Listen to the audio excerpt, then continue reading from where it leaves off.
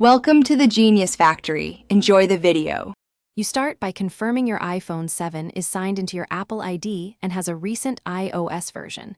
This enables wallet features. Next, open the Wallet app. If you prefer, double-click the Home button to launch it quickly.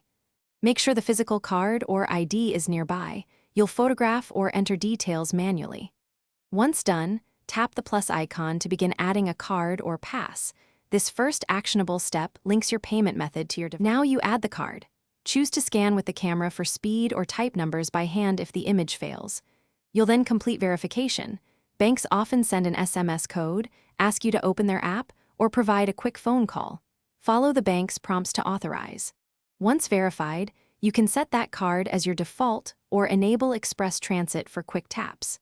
Make sure to allow wallet access from the lock screen in settings for fast payments. Finish by testing a real payment. Hold the top of your iPhone near a contactless terminal or tap a transit gate. Authenticate with Touch ID or your passcode. If the card doesn't appear or verification gets stuck, restart the iPhone and try removing and re-adding the card. That often clears sync glitches. Finally, make sure Settings, Wallet, and Apple Pay shows your default card and that any restrictions are off. This prevents common errors and keeps Wallet working reliably. Thanks for watching. If you found this helpful, don't forget to like and subscribe.